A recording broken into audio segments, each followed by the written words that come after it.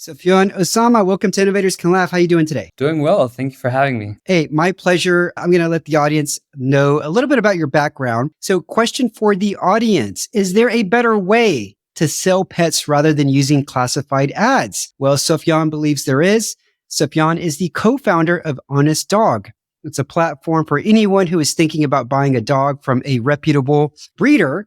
And with HonestDog, they combine education, transparency, and vetting standards for future pet owners. But prior to this, he held jobs at McKinsey and Company and also Amazon. And he was a power lifter too. At the age of 17 in Pakistan, he set the national record and he was going for the world record, but he got injured, as I just discovered during the little pre-chat here. Oh, Sufyan, pleasure to have you here today. Happy to be here. Yeah. All right. Well, let's start with some fill-in-the-blank questions. The first one for you is, when you were a kid, you wanted to be blank when you grew up. I wanted to be a police officer. Okay. When did that dream die? Very quickly. Okay. Was it when you moved to London and you're like, oh, I don't want to be a police officer? Yeah.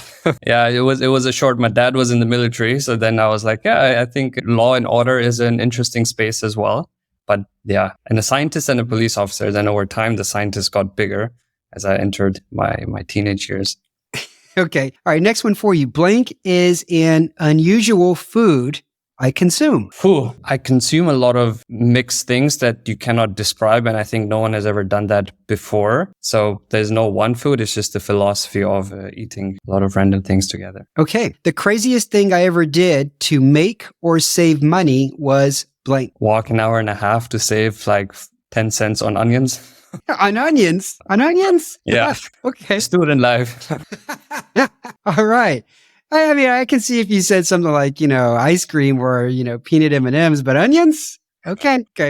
All right. Last fill in the blank here for you. The most interesting thing I did in the last 26 days was? I did a rapid fire pitch for 17 seconds in front of about 350 people. Yeah. All right. How did it go? Great. I mean, everyone remembered, guns, drugs, and dogs. That's the three largest legal markets. And that was the hook in the beginning. So. Okay, if it's only 17 seconds, let's hear it real quick. Do you still remember it? Well, it was on the spot, but yeah, did you know, or guns, drugs, and dogs, those are the top 3 illegal markets in Europe. And we're building a better way for dogs to end the illegal and unethical dog business. Okay, this is so fascinating. I would have never thought dogs would be in the top 3, much less the top 20 illegal, things that are being traded in Europe. Okay, tell us more about that. Let's start there, Sufyan. Yeah, so in the past, the most common way to sell dogs was through classifieds, and every geography has their own. So in Germany, it's eBay Kleinanzeigen or classifieds, Gumtrees, Craigslist, and equivalents. And they really had no checks. And puppies are very emotional. They're cute, and you can breed. And one puppy in Germany is 2,000 euros, for example. So then a litter is like, 12,000 euros. There are not that many easier ways of just getting a dog, breeding it somewhere, and selling and in these places. And people want them at the end of the day. Yeah. I saw something unfortunate in London. I think it was in July when I was there, and my wife and I were there, and I saw this man. He looked like he was a drug dealer, and I think he was making a deal on the street as we were walking by.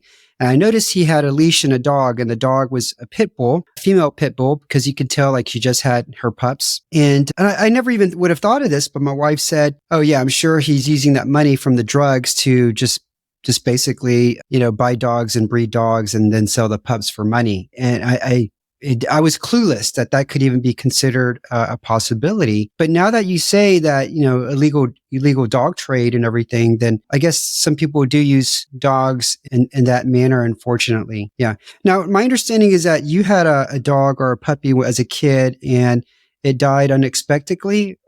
Was that what happened? Yeah, I was always obsessed about dogs growing up, and at some point I got my chocolate Labrador puppy, and I was so excited. And 4 weeks later, it died of parvovirus. It's something that a lot of puppies die from if they're not vaccinated, and it's one of the mandatory vaccinations. Didn't realize it at that time what happened, but a few years later I found that out. I was like, it could have been prevented, and that kind of broke me. And I felt so guilty and started breeding all stuff on dogs. And yeah, that kind of changed the trajectory of my life through some indirect means of just learning and reading so much on every topic afterwards, not just dogs. Did you end up getting another dog during your childhood, Sufyan? Actually, I had many dogs. I had a lot because in the military, you move around every few years. And there were a lot of dogs that also were street dogs that I was just attracted to dogs, and somehow dogs are attracted to me as well. So a lot of dogs were hanging out.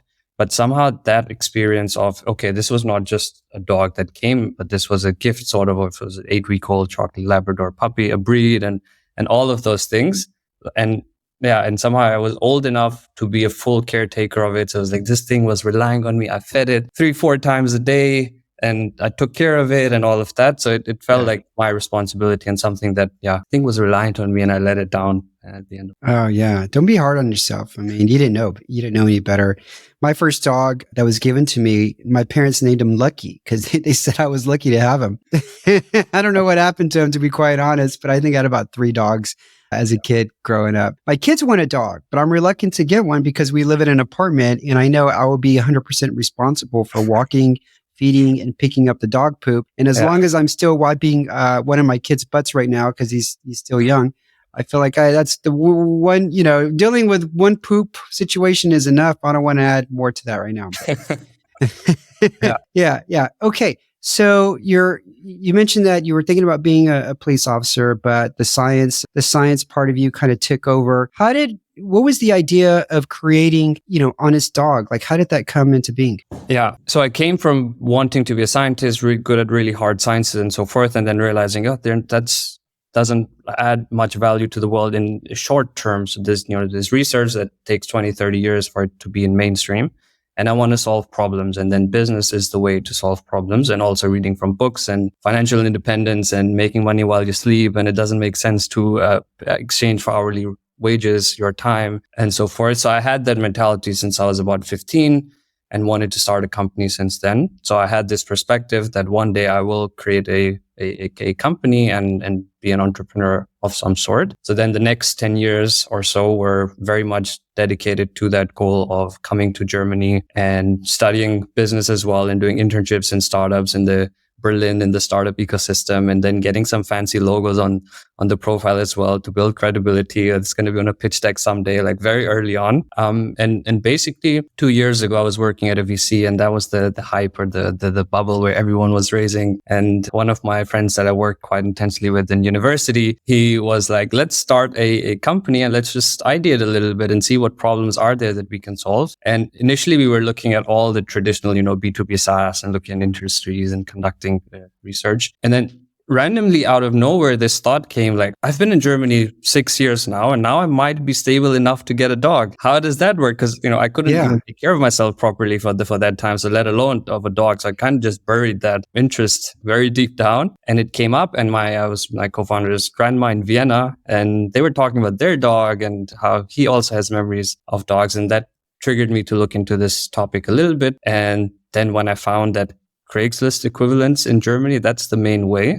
Mm-hmm. And then also hearing some crazy stories of people getting sick dogs that cost 500 euros a month. They have to pay for the rest of its life and so forth for certain conditions, and health insurance is dropping them. And this thought came back, like all of this is preventable, and me suffering from it and knowing that it's such a huge problem. It affects millions of lives, not just pets, but humans. Yeah. There has to be a better way. Like there just has to be. And it felt like all the learning and knowledge in the background I had in that, like I want to give it a go. I want to try solving it. When did the platform go live? Went live about a year and a half ago. So in June last year. Okay. How did you get your first customer, Sufyan? Got cold calling. I mean, it's a marketplace at the end of the day. So there's supply and demand. And initially starting with the supply side. And that was a lot of cold calling, mostly my co-founder, because my German is still not that fluent. And on the demand side, it was simply paid media or Google Ads. Yeah. No, I know what you mean about speaking a foreign language. I tried making a reservation at a restaurant the other day here in Bucharest, and my wife, she grabbed the phone from me and told the lady, "Oh, my husband meant 2:00, not 8:00 or something like that." Yeah, I'm also actually learning Romanian too because my wife's Moldovan. I've been in Bucharest and also around a few times. Oh wow! I went to Chisinau this summer. Have you been there yet? Yes, and I'm also going on Sunday. Okay, have you gone to the underground winery in Krakova? Not yet. Come on, Sufyan, that's the thing to do. You got to go check that out. It's like magnificent. It's like this underworld city. There's Yeah. miles and miles of roads and millions of bottles of wine. They've got a cinema, they got a church, but the best thing is the wine. Do the wine Wow. tasting. It is Yeah. absolutely fantastic. I mean, the Moldovan wine, so delicious. It is so delicious. Yeah. Yeah. I haven't been to an underground city, so that itself sounds quite exciting. Yeah, bring a jacket because it was quite chilly. I forgot to take one, but it was quite chilly. Yeah. Keep that in mind. How interesting. You guys meet in Germany or? Yeah. Okay. Very, very cool. Very, very cool. Okay. So you got the supply side a little bit. You got some initial customers. And what were some of the big hurdles, in getting this thing launched? I think launching was quite quick. There's low code, no code. You can build a platform, cold calling, spending some little money on ads gets you a lot. The biggest challenge here is just finding a scalable business model that doesn't hurt the long-term growth of the company. So how do you even make money from pet transaction at this point? The dynamics are quite interesting. So that's a challenge that we're still trying to figure out, and a lot of experimentation. How do we solve the problem best, but at the same time scale, be in a position to get product market fit and start scaling rapidly? Okay. When customers find out about the platform, what do they like most about it? What gets them excited? So there are two types of customers. One that have had a dog and know a little bit. There are they pay immediately. They're so excited to talk and wow, this is so cool. And then there are people who don't understand the gravity. So there's a lot of awareness problem. And for them, if there is a sign-up wall or a paywall or things like that, it's like, oh yeah, but I can find this somewhere else too, and don't appreciate that this is literally the world's best and most vetted breeders on this platform. And you're going to save so much money in the future and time and cost and heartache by getting it from a responsible source. Because at the end of the day, that's the most important thing in when having a pet, is having it from a good place, because that's how you ensure that one, it's healthy and it won't end up in a shelter as well. So essentially, people don't realize the amount of work and effort that go in, but people who do, they're very loyal and like true fans very quickly. Okay. Now, you said the best breeders globally. So are some of your breeders that are using the platform, are they also outside of Germany? They are outside of Germany. Right now, we have breeders in about 5 geographies, mostly in Europe. But it's also the vetting standards of the breeders is the highest in the world right now. And we want to make that somehow, spread that across. But right now, we're really working on refining it until it's easy to also measure, because you can have the standards, but making sure you have the right documents and the right way of test is a different challenge that requires a lot more than a digital platform. Got you. Okay. What are some of the top 2 or 3 vetting standards that a breeder must have? Yeah, so it all depends on the parent dogs as well. So there's, of course, some documents that they're educated about how to raise and breed dogs and so forth. But the most important thing is all the parent dogs are checked, because dogs have over 500 genetic conditions that are often lifelong and threatening and all preventable. So it's a lot of things with genetics. So we work a lot with biologists and so forth. So having the right genetic tests and examinations from the vets is one of the most critical things that you need to know when getting a dog. Go to the parents, ask for the male dog and the female dog's genetic history, because it is quite important. Okay, this stupid question here. I know there's sites like 23andMe or something like that where you can find out your genealogy. Are there sites like that for dogs? Yes, and it's quite big and growing as a business segment as well. Find the heritage of your dog, but what we talk about is simply, do they have a specific gene that makes them blind, or things like that, or blood related conditions and heart related conditions and so forth. Okay, this is great, because now the new owner knows what to look for and knows how to treat the dog that they essentially are about to own. Tell us 1 or 2 success stories, from people using the platform for the first time and finding their dog through your platform, Sufyan. Yeah. It's success all looks the same. It's people who had been abandoned, or because it's dodgy, sometimes you get deposits, you ask to pay the deposit before you get a dog, and then you never hear back. So there was one person, she lost a dog recently, and a lot of people, when they lose, they're quite depressed and sad, and oftentimes they go and jump online and try to look for another one. And then they're very like easy targets. So if someone asks for money, they're willing to pay it. They're grieving. And that person, they got scammed a few times, and then he come to HonestDog and called us, and we were able to connect them too, because it was a very emotional call. It wasn't just go to the platform and apply. It was sharing the story, and then they got a dog very, very quickly. And it felt like that person was suffering, and now the person is not suffering anymore to the same extent, and they're not being exploited, but got helped instead. And that sometimes I think about is an interesting thing to do as a business. Yeah. Now, are there plans to expand internationally, or are you just going to stay in Germany for a while? We have to expand internationally, because most dogs, at least in Germany, come from outside Germany, from Poland and Romania and so forth. So this system really needs to be spread wide and far to have the maximum efficiency and efficacy. Yeah, because in the end, our mission really is to ensure no dogs are in the shelter. And to do that, we have to go to the source, and we have to go far and wide, and also do a lot of education. So yes. All right. What are you excited about in the next 12 months for HonestDog? I'm very excited to start scaling and expanding to different countries. We're in this stage now for about 7 months now, where it was focused on monetization and getting the unit economics right, essentially. And I feel like we're extremely close. And so that's the next stage coming, which is a lot more on the scaling side. Okay. All right. In terms of 2024 projections, revenue, do you mind sharing that? We haven't done that yet. At pre-product market fit, it seems like a little bit of throwing a dart in the air. Yeah. Well, how else are you getting traction? I know you did cold calling in Germany, but to go internationally, are you guys going to try different tactics? What's your plan? Yeah, so breeders are often organized under clubs, which have like a global parent, and then the regional parents, and so forth, and then like country organizations, and then breed. So it's like a little umbrella. And we are working with basically the head of that big umbrella. It's in Germany, it's called VDH or VDH and FCI, and they're in all countries. So if we do go to another country, that's the first step, is asking them or partnering with them to get the supply side on the platform. And then demand is quite effective to do through word of mouth and also just paid search. And we're also currently in the process of creating a movement around ethical standards and more transparency in the system. And we're hoping that spreads far and wide once we publish the research, also collaborating with universities and professors. All right. Okay. Any questions about HonestDog that I should have asked you but didn't? A lot of people ask when are cats coming out.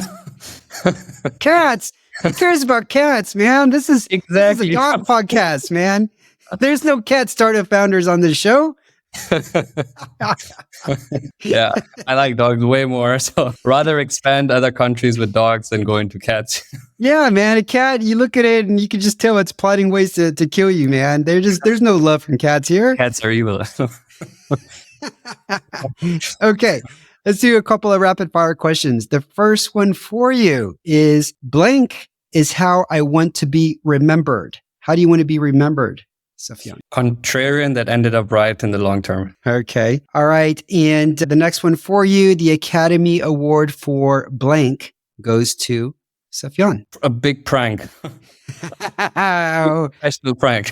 Okay. Have you done one recently? Did you do one on Buster or anybody else from the Sigma community? Not yet. I was reflecting, and last year I've done fewer pranks than normal, and at least in a professional context. And if you have your own company, it's a bit more difficult. Hey, okay. Here's an idea for a prank, right? I got one for you. Okay. Instead of stock options and bonuses that you would give new hires, you can give them blank instead. What would that be? Dog options. Dog options. Doggy treats. Maybe some doggy treats, huh? No, we also have special collars and things like that. There you go. Yeah, I like it. All right, Sufyan, thank you for coming on Innovators Can Laugh. I will include a link to Sufyan's LinkedIn profile as well as HonestDog in the show notes. Sufyan, this has been a pleasure. Thank you. Same here, Eric. Yeah. Thanks a lot. Everybody listening, you enjoy this, hit that subscribe button and tell others about it. I appreciate it. That's how we help the show to grow. And until next week, this is Eric signing off from Innovators Can Laugh. Thank you.